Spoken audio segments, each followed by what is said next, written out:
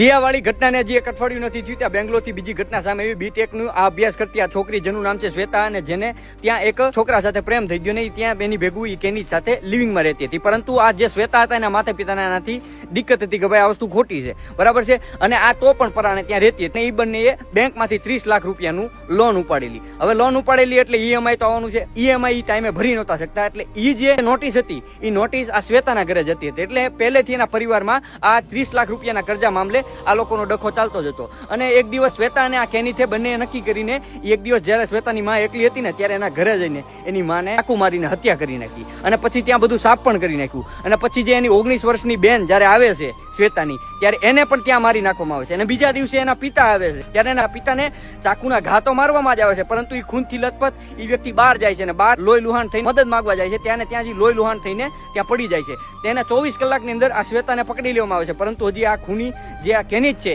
એ હજી મળતો નથી. સાલું મને એ નથી સમજાતું કે ભારત દેશની અંદર કેવી કેવી ઘટનાઓ બનવા માંડી છે. પેલા ડ્રમ વાળી ઘટના, પછી ખાઈ વાળી ઘટના, ને હવે સાહેબ ટ્રિપલ મર્ડર કે પોતાના સગા મા બાપને અને પોતાની સગી બેનને એમ મારી નાખવામાં આવે છે, એ પણ એક વ્યક્તિ માટે થઈને.